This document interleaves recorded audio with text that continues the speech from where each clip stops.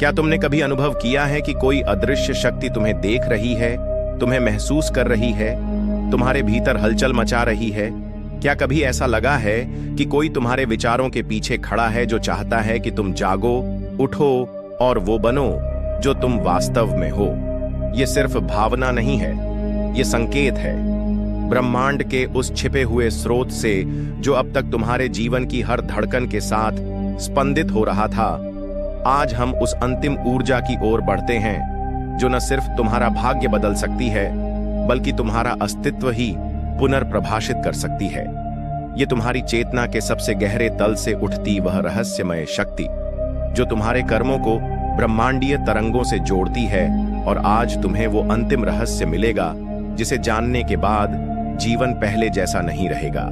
पहले शक्ति, कंपन, वाइब्रेशन की अदृश्य शक्ति। क्या तुमने कभी सोचा है कि कोई व्यक्ति कमरे में आते ही क्यों सारा माहौल बदल देता है? क्यों कुछ जगहों पर पहुंचते ही घुटन और थकान महसूस होती है, जबकि कुछ स्थानों पर बिना किसी कारण के सुकून और आनंद की लहर दौड़ जाती है? क्या यह सिर्फ वातावरण है या कोई अदृश्य शक्ति जो हमारे भीतर और बाहर काम कर रही है? ब्रह्मांड की पहली रहस्यमयी शक्ति है कंपन, वाइब्रेशन। यही वह शक्ति है जो सृष्टि के आरंभ से ही हर कण में सक्रिय है।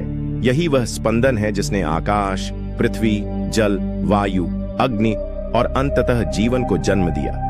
विज्ञान कहता है कि हर वस्तु एक विशेष आवर्ती पर कंपन करती है, लेकिन प्राचीन आर्षि कहते हैं जो कंपन तुम बाहर देख रहे हो वही तुम्हारे भीतर ब्रह्मरंध्र से लेकर मूलाधार तक की यात्रा करता है। कंपन स्थूल नहीं है, यह सूक्ष्मत्व अस्तित्व है। यह वह भाषा है जो शब्दों से परे है। यह वह शक्ति है जो तुम्हारे विचारों, भावना और नियति तक को आकार देती है। जब तुम दुख में होते हो तो तुम्हारी शक्ति नीचे कंपन करती है। जब तुम प्रेम, करुणा या ध्यान में होते हो तो वही शक्ति उच्च आवृत्तियों में परिवर्तित हो जाती है। लेकिन यह कोई सामान्य विज्ञान नहीं, यह ऊर्जा तुम्हारी किस्मत बदल सकती है, क्योंकि ब्रह्मांड उत्तर देता है तुम्हारे कंपन को। वह तुम्हें वही देता है जो तुम भीतर से भेजते हो। अगर तुम डर, क्रोध, ईर्ष्या में हो तो ब्रह्मांड इस आवृत्ति पर प्रतिक्रिया करता है और वही घटनाएं आकर्षित होती हैं। लेकिन यदि तुम शांति, स्वीकार और प्रेम की आवृत्ति में हो तो ब्रह्मांड तुम्हें आशीर्वाद और अवसर देता है। अब सवाल यह है, इस कंपन को जागरूकता से कैसे जिया जाए? उत्तर छिपा है मौन में, ध्यान में और स्वयं की गहराई में उतरने में। जब तुम दिन में कुछ पल मौन में बैठते हो तो तुम्हारा मन शांत होता है और तुम्हारे भीतर की कंपनें शुद्ध होती है। तुम अपनी ही ऊर्जा को अनुभव करते हो और वहीं से आरंभ होता है कंपन को ब्रह्मांडीय स्तर पर ट्यून करने का अद्भुत रहस्य। कंपन को बढ़ाने के लिए प्रकृति से जुड़ो, वृक्षों के नीचे बैठो, नदियों के किनारे ध्यान करो और सबसे जरूरी अपनी भावनाओं को जागरूकता से देखो। जैसे ही तुम गुस्से या चिंता में हो, बस अपने कंपन को महसूस करो।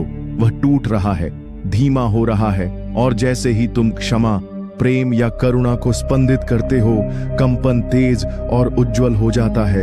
यही ऊर्जा जब लंबे समय तक एक ही उच्च आवृत्ति पर स्पंदित होती है तो तुम्हारा भाग्य बदलने लगता है। तुम्हारे निर्णय बदलते हैं, लोग तुम्हारे प्रति आकर्षित होते हैं और जीवन तुम्हारे पक्ष में होने लगता है। ये कोई जादू नहीं, ये तुम्हारे भीतर के कंपन की तरंगे हैं जो अब ब्रह्मांड से संवाद करने लगी है। यही वह रहस्यमय शक्ति है जो राजा को भिखारी और भिखारी को संत बना सकती है। क्या तुम तैयार हो अपने कंपन को ब्रह्मांड के साथ संरेखित करने के लिए? क्योंकि यह केवल शुरुआत है। अगली शक्ति जो तुम्हारे भाग्य को पूर्ण रूप से बदल सकती है वह है आकर्षण की ऊर्जा, लॉ ऑफ रेजोनेंस, जो हम अगले भाग में प्रकट करेंगे। दूसरी ऊर्जा, आकर्षण की शक्ति, रेजोनेंस, जो तुम्हें तुम्हारे जैसे ही खींचती है। क्या तुमने कभी सोचा है कि कुछ लोग बार बार एक जैसे अनुभव क्यों करते हैं? कोई बार बार धोखा खाता है, कोई बार बार प्रेम में गिरता है, कोई बार बार असफल होता है, जबकि कोई व्यक्ति जिस चीज को छू ले वो भी सोना बन जाए। कोई जहां जाता है वहीं प्रेम और सम्मान मिलता है।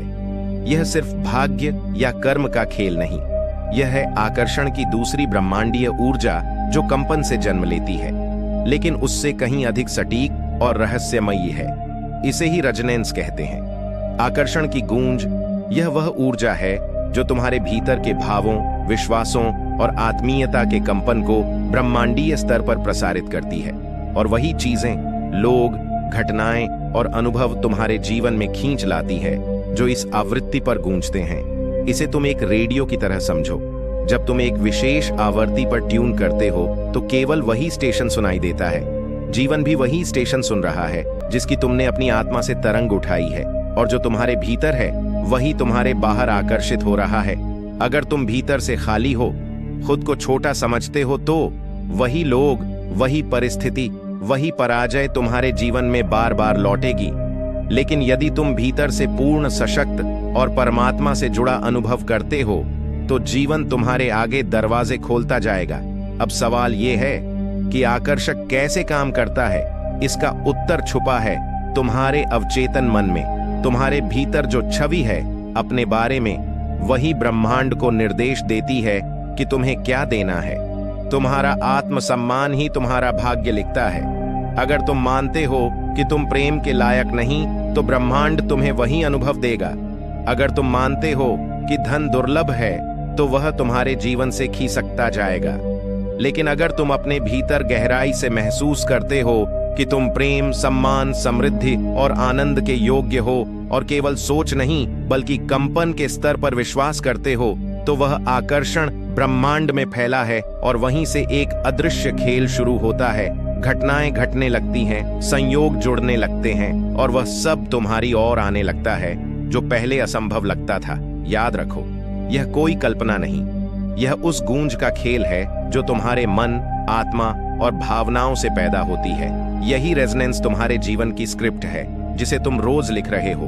हर विचार एक बीज है, हर भावना एक कंपन है, और हर विश्वास एक चुंबक है। अब सोचो, तुम किसे आकर्षित है कर रहे हो? कौन से अनुभव तुम्हारे जीवन में बार बार आ रहे हैं? वही तुम्हारे रेजोनेंस का सच है। और यह ऊर्जा तब और शक्तिशाली होती है जब तुम एकाग्रता और ध्यान में इसे साधते हो। जब तुम अपने भीतर की भावनाओं को देखना शुरू करते हो, जब तुम अपने लिमिटिंग बिलीफ को छोड़ते हो, जब तुम भय को प्रेम से बदलते हो, तब तुम अपने आकर्षण को बदलते हो। यही कारण है कि महापुरुषों का जीवन एक चुंबक की तरह बन गया था। बुद्ध के पास हजारों लोग खींचे चले आते थे क्योंकि उनकी रेजोनेंस प्रेम और मौन की चरम आवृत्ति पर थी। कबीर जहां खड़े होते वहां ब्रह्म की गूंज सुनाई देती थी। रूमी की कविताएं आज भी आत्मा को खींचती हैं क्योंकि उन्होंने अपने रेजोनेंस को अपनी ऊर्जा में रूपांतरित किया था जो ब्रह्मांड से सीधा संवाद करती है। तुम्हारा भी जीवन बदल सकता है। तुम्हारे भी रेजोनेंस से वह सब कुछ हासिल किया जा सकता है जो अब तक कल्पना था। तुम्हें बस भीतर उतरकर यह देखना है कि तुम कौन सी गूंज फैला रहे हो। तुम अपनी आत्मा को किस दिशा में ट्यून कर रहे हो। यह प्रक्रिया आसान नहीं, लेकिन अत्यंत प्रभावशाली है। तुम अपने रेजोनेंस को पुनः प्रोग्राम कर सकते हो। एफर्मेशंस, विजुअलाइजेशन, ग्रेटिट्यूड, साइलेंस और डेली अवेयरनेस के माध्यम से। यह कोई तात्कालिक चमत्कार नहीं, यह एक यात्रा है आत्मा की कंपन से ब्रह्मांडीय संवाद की। और जब यह संवाद एक बार जागृत हो जाता है तो ब्रह्मांड मौन में उत्तर देने लगता है। याद रखो, तुम्हारा भाग्य तुम्हारे रेजोनेंस से जुड़ा है। अगर तुम स्वयं को बदल सको तो सारा संसार तुम्हारे पक्ष में बदलने लगता है। यही दूसरी रहस्यमयी शक्ति है जो अदृश्य रूप से हर दिन तुम्हारी कहानी लिख रही है। और अब समय आ गया है कि तुम इस शक्ति को जागरूकता से संभालो। आगे हम जानेंगे तीसरी ऊर्जा या शक्ति, आत्मिक इच्छा की शक्ति, सोल्स इंटेंशन, जो ब्रह्मांड के रहस्य को पूर्ण रूप से खोल देती है और तुम्हारे जीवन के छिपे हुए उद्देश्य को प्रकट करती है।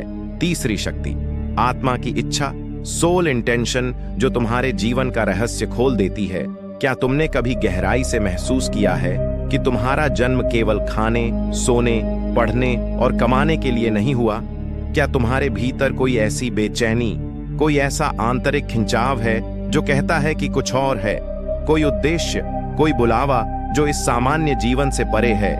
यदि हाँ, तो जान लो कि तुम्हारी आत्मा की तीसरी रहस्यमयी ऊर्जा है, जिसे हम कहते हैं सोल इंटेंशन, आत्मा की मौन अभिलाषा।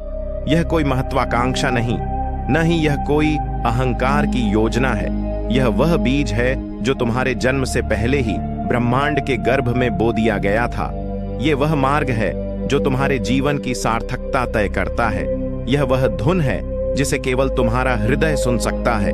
यह ऊर्जा इतनी रहस्यमयी है कि तुम चाहे तो भी इससे बच नहीं सकते। जीवन तुम्हें बार बार कहीं और धकेलता है, चाहे जितनी बार तुम भटक जाओ, लेकिन अंततः लौटना इसी मार्ग पर होता है। अब प्रश्न यह है कि आत्मा की इच्छा को कैसे पहचाना जाए, कैसे जाना जाए कि मैं किस दिशा में जन्मा हूं, कौन सा कार्य है मेरी आत्मा के विकास के लिए आवश्यक है। इसका उत्तर बाहर नहीं, तुम्हारे भीतर छुपा है। तुम्हारे दर्द में, तुम्हारे उत्साह में, तुम्हारे जुनून में, तुम्हारी संवेदनाओं में। जब कोई कार्य करते समय रुक जाए, जब तुम थक कर भी ऊर्जा से भर जाओ, जब किसी विषय को लेकर तुम्हारे भीतर कंपन जागे, वही है तुम्हारी सोल कॉलिंग। लेकिन यह समझना सरल नहीं, क्योंकि संसार की आवाजें बहुत ऊंची है। समाज, परिवार, डर, तुलना, यह सब आत्मा की आवाज को दबा देते हैं। इसलिए पहला कार्य है शांत हो जाना, अपने भीतर उतरना, आत्मा की उस ऊर्जा को महसूस करना जो मौन में प्रकट होती है। ध्यान इस रहस्य को खोलने की सबसे सशक्त कुंजी है। और जब तुम भीतर से पूछते हो, मैं कौन हूं, क्यों आया हूं, क्या मुझे करना है, तब धीरे धीरे आत्मा की ऊर्जा तुम्हारे मार्ग को रोशन करने लगती है। यह ऊर्जा केवल तुम्हारे मार्ग को ही नहीं दिखाती, बल्कि उसमें शक्ति भी देती है, और यही से जुड़ता है ब्रह्मांड। क्योंकि जब तुम आत्मा की इच्छा के अनुरूप जीने लगते हो, तो ब्रह्मांड भी तुम्हारे मार्ग को सहज बना देता है। अवसर स्वयं आने लगते हैं, लोग तुम्हारे साथ जुड़ने लगते हैं, और बाधाएं पिघलने लगती हैं। क्योंकि अब तुम अपने सत्य के साथ चल रहे होते हो, तुम ब्रह्मांड के मूल नाद के साथ कंपन कर रहे होते हो।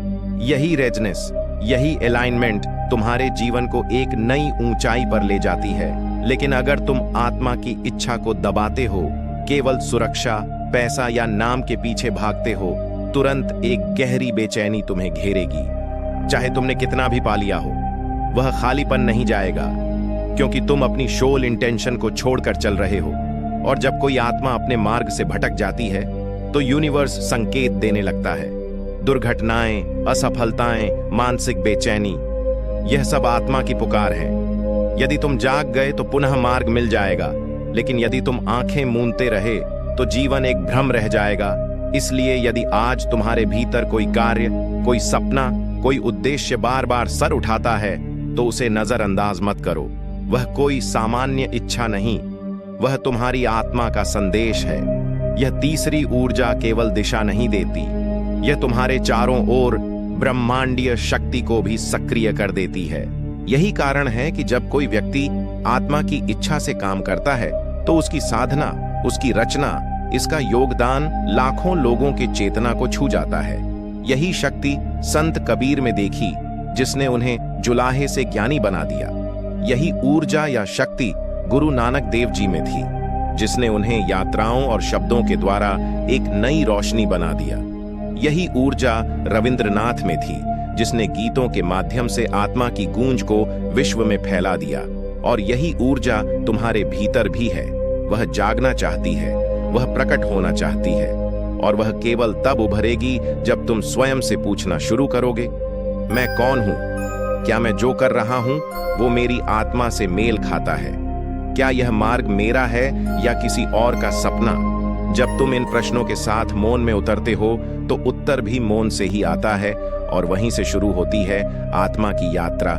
यही तीसरी शक्ति है जो तुम्हारे जीवन को अर्थ देती है, दिशा देती है, और सबसे महत्वपूर्ण ब्रह्मांड की समग्र शक्ति को तुम्हारे साथ जोड़ देती है।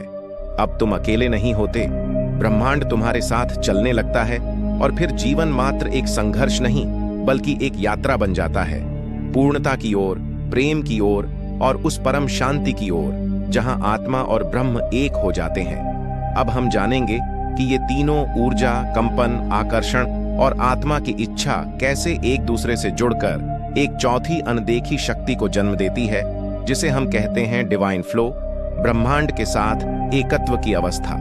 चौथी शक्ति डिवाइन फ्लो।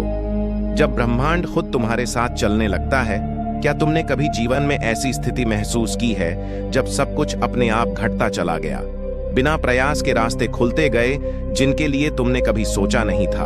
वो संयोग, वो अवसर, वो व्यक्ति, वो उत्तर अचानक तुम्हारे सामने प्रकट होते गए। ये केवल संयोग नहीं था, ये था डिवाइन फ्लो, ब्रह्मांडीय प्रवाह।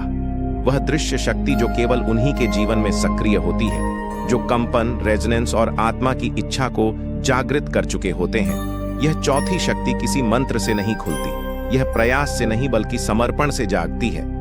जब तुम अपने भीतर की तरंगों को ब्रह्मांड के मूल स्वरों के साथ में मिला देते हो, तो फिर कुछ भी जबरन नहीं होता, कुछ भी दबाव में नहीं घटता। सब कुछ सहज होता है, जैसे नदी पहाड़ों को काटती नहीं, वह बहती है और रास्ता खुद बन जाता है। ऐसे ही जब डिवाइन फ्लो जागृत होता है तो संघर्ष नहीं रहता, गति रहती है, और वह गति बाहर नहीं भीतर से शुरू होती है। तुम अब जीवन से लड़ते नहीं बल्कि उसके साथ बहते हो, और यह बहाव तब उत्पन्न होता है जब तुम अपने कंपन को स्पष्ट रखते हो, अपने रेजोनेंस को प्रेम और विश्वास में टिकाते हो, और आत्मा की इच्छा को पूर्ण रूप से स्वीकार कर लेते हो। तब ब्रह्मांड एक सूक्ष्म संवाद शुरू करता है।